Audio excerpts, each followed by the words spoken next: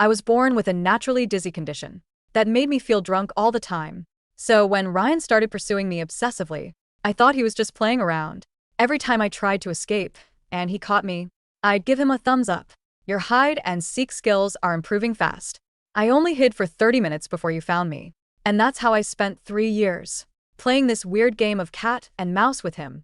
Until today, I threw up and found out I was pregnant. I rushed home with the test results to tell Ryan, who had been diagnosed as infertile by doctors. But when I got there, I discovered he'd been in a car accident and lost his memory. His childhood friend Emma was crying and blaming me. If he hadn't been rushing home for your birthday, none of this would have happened. He's completely forgotten you. Please, I'm begging you, stop bothering him. I slowly walked out, feeling a dull ache in my stomach. I felt like I was forgetting something important. Whatever, I'll remember later. I stood under a street light for a while, scratching my head. Oh, right. I turned around and pushed the door open again. I stuck my head in and held out my wrist, showing the silver tracking device. Sorry, I left in such a hurry I forgot. Can you help me remove this? Emma raised an eyebrow, hesitating. What is that? I calmly explained. It's a tracking device. It matches the one on Ryan's wrist. If you want me to never appear in front of him again, help me get this bracelet off first. This tracking system was something he insisted I wear. I thought it was harmless, since I never planned to run somewhere he couldn't find me anyway. But now things were different. Forgotten all about me. Mr. and Mrs. Johnson's faces changed slightly as they exchanged glances. Emma clenched her fingertips looking at the assistant. Did you know about this? Ryan's assistant looked uncomfortable, stammering. The boss ordered that this bracelet should never be removed for life. We never considered a removal plan. Forcing it off would break it. Mr. Johnson slammed his hand on the table, his voice dropping. This is ridiculous. A grown man doing something like this. What would people think if word got out? He turned to the assistant. Get someone here to remove it immediately. A specialist arrived quickly and simply cut it off with pliers. Emma took both bracelets and casually threw them in the trash there. Now you can leave. Just as I reached the door, I heard a hoarse whisper, don't leave. I stopped and turned around. On the hospital bed, Ryan's eyes were tightly closed, his brow furrowed. Emma rushed forward and grabbed his hand. Ryan, I'm here. Don't be afraid. She turned and shot me a look. Leave now. Mr. and Mrs. Johnson flanked me, escorting me toward the door. Outside the hospital room, Mr. Johnson handed me a check. The Johnson family won't shortchange you for what you're owed. But Ryan and you aren't from the same world. His wife can only be Emma. We'll adopt a child from an orphanage and let Ryan and Emma raise him together.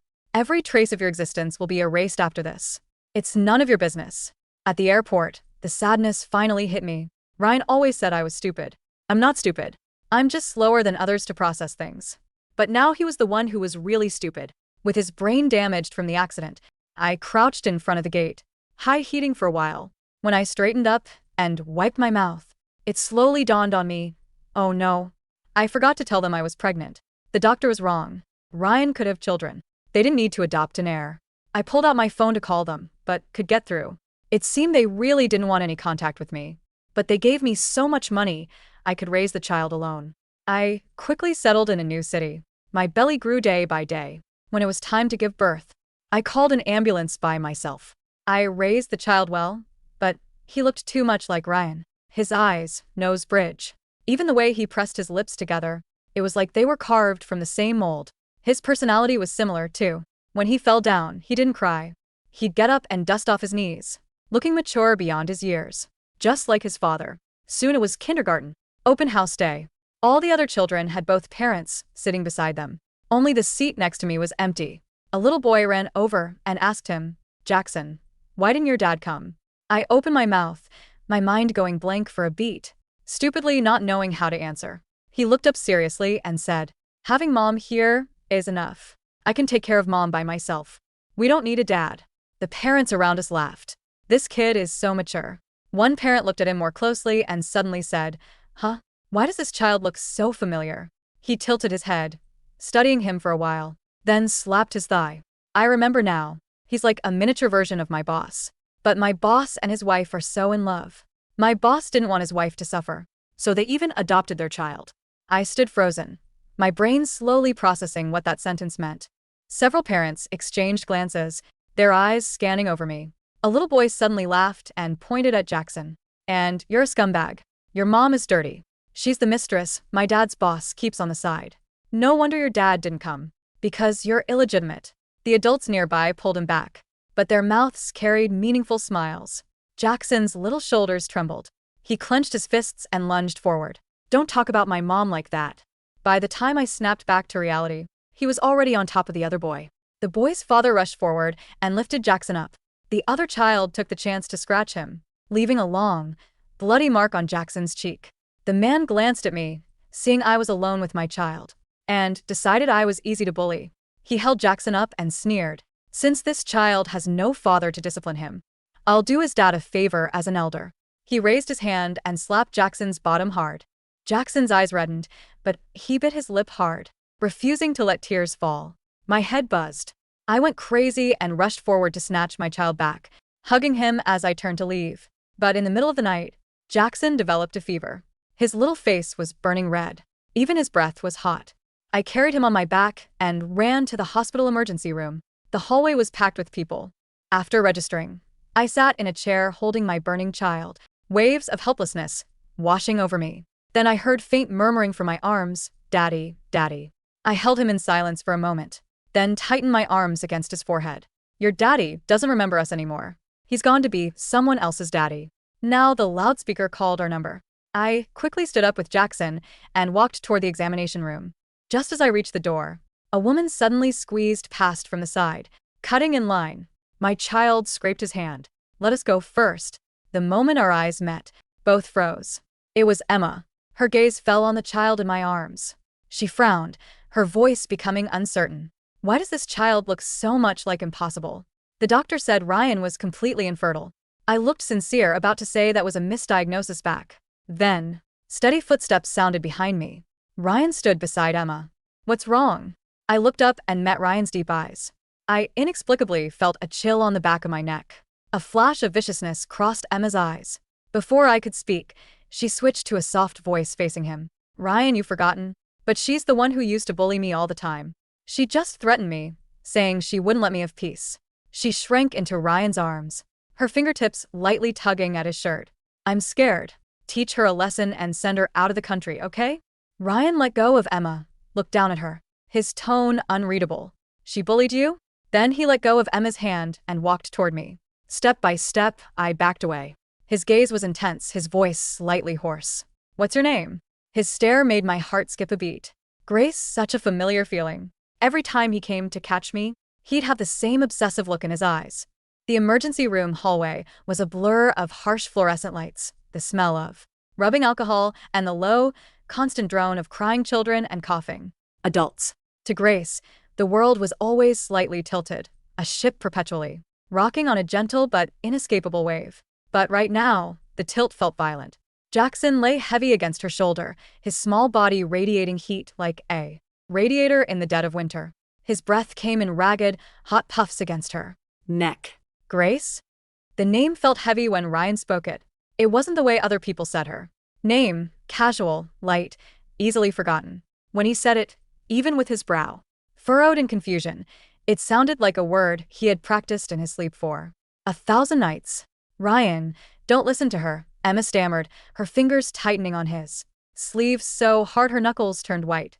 She's unstable. She's been following us. She's trying to extort the Johnson family. Look at how she's using that child to get your attention. Ryan didn't look at Emma. His eyes, dark and impossibly deep, remained locked on Grace's face. He took a step closer. The air pressure in the corridor seemed to drop. Grace blinked. Her slow brain tried to piece together the scene. Emma, Ryan, the hospital. Jackson has a fever. My child is sick, Grace said. Her voice was flat, not because she didn't care, but because her mind was processing the spatial distance between them, the heat of her son's forehead and the strange, phantom sensation of a heavy metal band on her left wrist. I need to see the doctor. You're lying, Emma hissed, stepping between them. You cut in line. The doctor is supposed to see little Leo first. Emma. Ryan's voice was quiet, but it had the sharp, metallic ring of a blade sliding out of its sheath. Emma froze, her mouth slightly open. Ryan. Let her go first, Ryan said, his eyes still fixed on the little boy resting on Grace's shoulder. Jackson chose that exact moment to whimper, a small, pathetic sound that vibrated against Grace's chest. "Mommy, it hurts." A sudden, sharp spasm crossed Ryan's face. He reached out, his hand moving. Entirely on instinct, his fingers hovering just inches from Jackson's flushed cheek. "What are you doing?" Emma gasped, horror bleeding into her tone. "Ryan, she's a stranger." Ryan's hand trembled slightly in midair. He looked down at his own palm, then at Jackson's face, the high nose bridge, the slightly stubborn set of the jaw, the shape of the eyes that were currently closed in pain. A violent headache slammed into his temples, making him wince. "Get a specialist," Ryan commanded, his voice dropping into a register that brook no argument. He wasn't looking at Emma anymore. He was looking at the hospital administrator who had scrambled out of his office the moment the Johnson family carriage had rolled in. "Get the chief of pediatrics. Now." "Yes, Mr. Johnson. Right away." "Ryan," Emma cried, her face twisting in jealousy and panic. "What about Leo?" Leo scraped his hand. Ryan didn't answer her. He reached out, and, before Grace could slow process what was happening, his arm slid under Jackson's small body. He lifted the boy off her shoulder. "Hey," Grace said, her hands grasping empty air. Her world tilted again. A sudden loss of ballast. "Give him back." "I'm taking him to the private wing," Ryan said. His voice was hoarse, almost breathless, as if he were running a marathon while standing completely still. "Follow me." The VIP pediatric ward was a different world. It was quiet, carpeted, and smelled of lavender instead of bleach. Jackson was immediately hooked up to an for drip, a cool compress placed on his forehead. Within 20 minutes, his breathing eased, the flush on his cheeks fading into a normal pink. Grace sat in the armchair beside the bed, her legs pulled up to her chest. She watched the drip drop, drop, drop. Ryan stood by the window, his tall figure silhouette against the city lights. Outside, he had sent Emma away. It hadn't been an easy departure. Emma had screamed, cried, and threatened to call his parents, but Ryan had simply closed the door on her face, leaving his bodyguards to escort her out. "Why did you name him Jackson?" Ryan asked suddenly. Grace took 3 seconds to process the question. "You like the name. You once said if you had a dog, you'd name him Jackson because he'd be stubborn." "I didn't want a dog. I wanted a boy." Ryan turned around. His face was in shadow, but his eyes caught the dim light of the medical monitors. "I was told I was infertile." "The doctor was wrong," Grace said simply. "Doctors make mistakes." Like when? "They told me I was just clumsy, but really my ears are just built different, so I'm always dizzy." She held up her left wrist. The skin was pale with a faint circular scar, where the pliers had scraped her 5 years ago.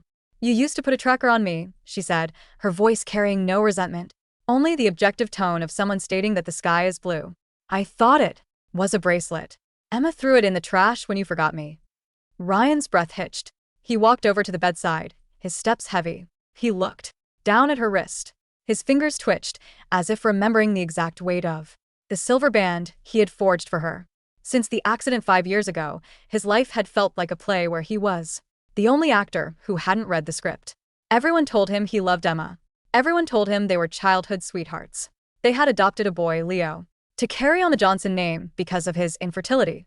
But every time he touched Emma, his skin crawled. Every time he looked at Leo, he felt a profound, hollow emptiness. He had spent 5 years feeling like a ghost in his own life. But the moment he saw this dizzy, slow-speaking woman in the crowded emergency room, the ghost had suddenly been slammed back into a body of flesh and blood. His heart had beat so hard it felt bruised. "Who am I to you?" Ryan whispered, bending down so he was at eye level with her. Grace looked at him. Her eyes were clear, reflecting his own desperate face. "You're Ryan," she said. "The boy who is very bad at hide and seek, but very good at catching me anyway." Ryan closed his eyes. A memory, sharp and violent as a physical blow, flashed in his mind. A sunlit garden. A girl with a dizzy smile sitting under a bush, her thumb up. "Your hide and seek skills are improving fast. I only hid for 30 minutes. And his own voice, thick with a dark, terrifying possessiveness. "If you run again, Grace, I'll lock the gates. I'll never let you see the sun." He gasped, opening his eyes. The headache was back, blinding and white-hot, but he ignored it. He reached out and grabbed her hand. His grip was tight. desperate, almost violent, exactly the way he used to hold her. "Grace," he breathed, his forehead resting against her cool knuckles. "Grace." The next morning, Jackson's fever had completely broken. He sat up in the hospital bed, eating a bowl of oatmeal with a small spoon. "Who is he?" Jackson asked, pointing his spoon at Ryan, who was asleep in the armchair opposite them. Ryan's suit jacket was discarded, his shirt sleeves rolled up, revealing the faint, pale scar on his own wrist where his matching tracker had once been. "He's the man who used to find me," Grace said, wiping a bit of oatmeal from Jackson's chin. "Is he my dad?" Jackson asked, his eyes sharp and serious. "The kids at school said I don't have one. They said you're a bad word." Grace's fingers paused. Her slow brain felt a sudden, sharp pinch of pain. "You have a dad. He just had a very bad fall, and his brain got mixed up. Like when? You drop a puzzle, and the pieces go everywhere." "Can we put the pieces back?" Jackson asked. Before Grace could answer, the door to the private room was pushed open. It wasn't Emma. It was Mr. and Mrs. Johnson. The elderly couple looked older, their faces lined with a combination of high society pride and deep, underlying anxiety. Behind them stood two heavy-set men in black suits. "Get the child, Mrs. Johnson whispered to the guards, her voice trembling but cold. "And get this woman out of here. If Ryan wakes up." "I'm already awake."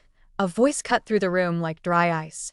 Ryan sat up. His eyes were completely clear, devoid of the sleepiness that usually accompanied a sudden awakening. He stood up, his tall frame instantly dominating the small room. Mr. Johnson's face hardened.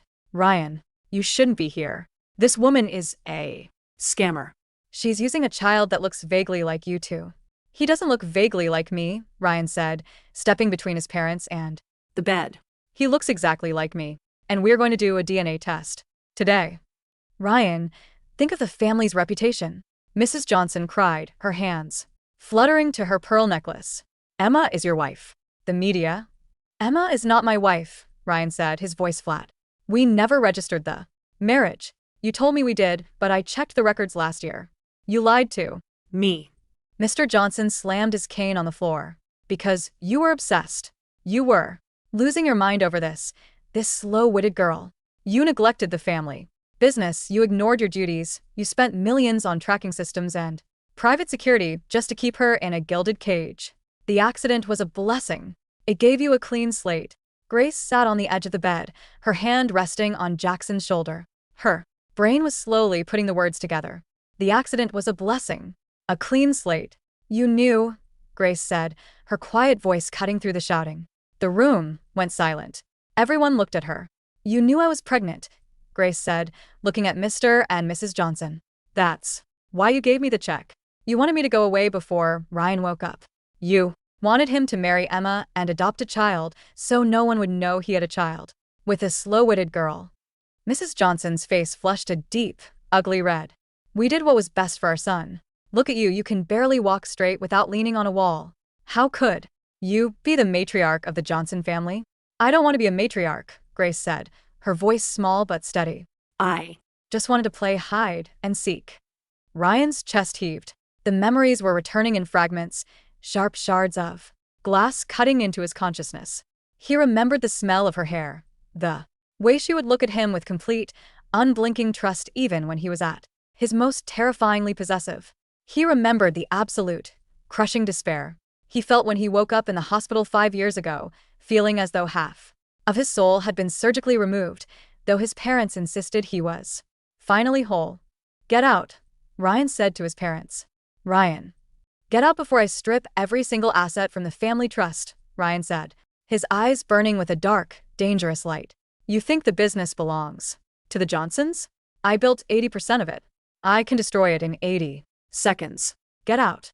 Mr. Johnson looked at his son, seeing the cold, ruthless monster he had spent 5 years trying to tame. He realized, with a sinking dread, that the monster had never died. It had only been sleeping. Without another word, the elderly couple turned and left, the bodyguards trailing behind them like defeated dogs. The DNA results came back in 6 hours, an expedited service that Ryan paid a small fortune for. 99.99% probability of paternity. Ryan held the paper in his hands, his fingers shaking. He looked at Jackson, who was currently showing Grace a drawing of a dinosaur he had made on the back of a medical chart. "Grace," Ryan said softly. She looked up. "I'm sorry," he said. "I forgot the most important thing in my life." Grace shook her head. "It's okay. You have a bad brain. I have a bad ear. We are a good match." But Ryan didn't smile. The shadows in his eyes were deepening. The return of his memories also brought back his old, suffocating instincts. The urge to lock her away, to put a new, stronger tracker on her wrist, to make sure she could never, ever leave his sight again. He could feel the darkness clawing its way back to the surface. "I'm going to settle things with Emma," Ryan said, his voice tight. "Stay here. Don't leave this room." Grace blinked. She watched him walk out, his shoulders tense, his stride long and aggressive. "Mommy," Jackson said, tugging at her sleeve. "I don't like his face when he Looks like that." He looks like the big dog next door that wants to bite." Grace looked at the empty doorway. Her slow brain was processing something else. Now. She remembered the 3 years before the accident.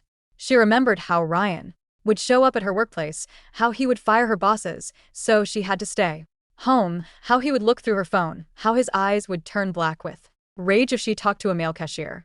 She had thought it was a game. She had thought his obsession was just his way of playing around. But now, looking at the raw, dark intensity in his eyes, her older, slightly wiser self finally understood. It wasn't a game. Ryan was dangerous. He loved her, but his love was a cage. And now she had Jackson to protect. Jackson, who deserved a normal life, a life where he didn't have to live under the shadow of a father's suffocating control. "Jackson," Grace said, her voice quiet. "Are you still good at running?" Jackson nodded proudly. "I'm the fastest in my class."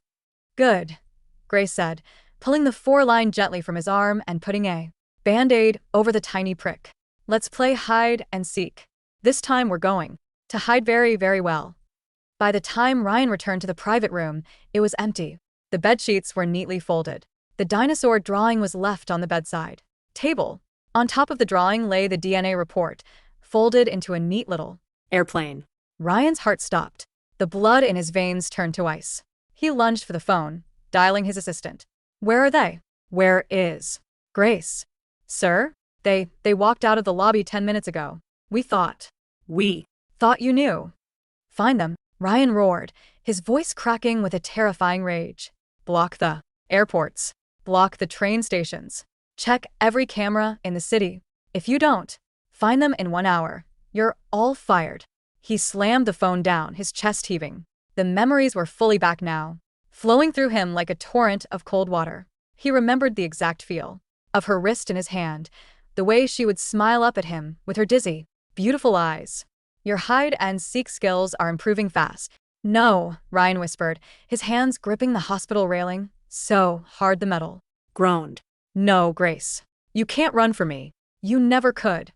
He ran out of the room, his mind spinning with a desperate, dark energy. Grace and Jackson took a local bus, then a dusty, slow train that headed toward the southern mountains. She didn't use her phone. She had thrown it into a trash can at the hospital. She didn't use her bank cards. She used the cash she had kept in her emergency drawer at home. 2 days later, they arrived in a small, sleepy town nestled at the foot of a pine-covered mountain. The air was clean, smelling of damp earth and pine needles. She rented a tiny wooden cottage with a small garden. "Are we still hiding?" Jackson asked as they sat on the porch, watching the sun dip below the mountains. "Yes," Grace said, her head resting against the wooden post. The world was still tilting, but here, the tilt felt slower, more peaceful. "This is the big game. If we win, we get to stay here forever." "Will he find us?" "He's very smart," Grace said. "But my brain is slow, which means I don't think like smart people. Smart people look for patterns. I don't have patterns. I just go where the wind blows." She smiled, a small, dizzy, beautiful smile. For 3 months, they lived in peace. Jackson went to a small local school, where the children didn't care about illegitimate labels. Grace worked at a local flower shop, her slow, gentle movements perfect for arranging delicate petals. She felt healthy. The constant dizziness was still there, but she had learned to dance with it. Until one rainy afternoon, Grace was wrapping a bouquet of white lilies when the bell above the shop door chimed. She didn't look up immediately. "Welcome." I'll be with you in 3 seconds. 1, 2, 3. A voice completed the count. The scissors fell from Grace's hand, clattering against the wooden counter. She slowly raised her head. Ryan stood in the doorway. He was wearing a dark, wet trench coat, his hair damp from the rain. He looked thinner, his face pale and sharp, his eyes sunken as if he hadn't slept in 90 days. But those eyes, they were burning with a light that was brighter, hotter, and more terrifyingly beautiful than ever before. He didn't rush toward her. He didn't yell. He simply walked over to the counter, his steps slow and deliberate. He reached into his pocket and pulled out a small, silver object. It was a tracker. But it wasn't a bracelet this time. It was a small, delicate, silver necklace, shaped like a tiny, tilted leaf. I looked for you for 93 days, Ryan said, his voice hoarse, trembling, with an emotion so deep it threatened to drown them both. I checked every hotel, every train station, every flight record. I forgot that you don't think like everyone else. Grace looked at the necklace. How did you find me? Ryan reached out, his cool, damp fingers gently touching her chin, raising her face so she had to look into his eyes. A flower shop, he whispered. You always loved the smell of lilies. You said. They made your head stop spinning. Grace blinked, her brain processing the words. Oh. I did say that. I'm not going to force you to come back, Ryan said, his thumb brushing against her lower lip. His touch was incredibly gentle, a stark contrast to the dark storm in his eyes. And I won't lock you in a cage anymore. I learned my lesson. When I lost my memory, I lost my mind. When I found my memory, I realized the cage wasn't for you. It was for me. I was the one trapped in my own fear of losing you. He took her left hand, pressing the silver leaf necklace into her palm. But I'm not going away either, he continued, his voice dropping to a fierce, desperate whisper. I bought the house next to your cottage. I bought the school Jackson goes to. I bought this flower shop this morning. Grace's eyes widened slightly. You bought the shop? Yes, Ryan said, a faint, genuine smile finally breaking through his exhaustion. So you work for me now. And every day, when you try to hide, I will find you. I will always find you, Grace. Even if it takes me a lifetime. Outside, the rain tapped gently against the window pane. Grace looked at the silver necklace, then at Ryan's tired, desperate, but utterly devoted face. Her slow brain finally came to a realization. He was still crazy. He was still obsessive. But he had learned to play by her rules. She smiled, her small, dizzy, beautiful smile, and held up her thumb. Your hide-and-seek skills are improving fast, she said. It only took you 3 months. Ryan's breath hitched, a laugh escaping his throat as he pulled her into a tight, fierce embrace, burying his face in the scent of her hair and the faint aroma of lilies. The world tilted, as it always did, but this time, Grace didn't feel like she was falling. She felt like she had finally landed.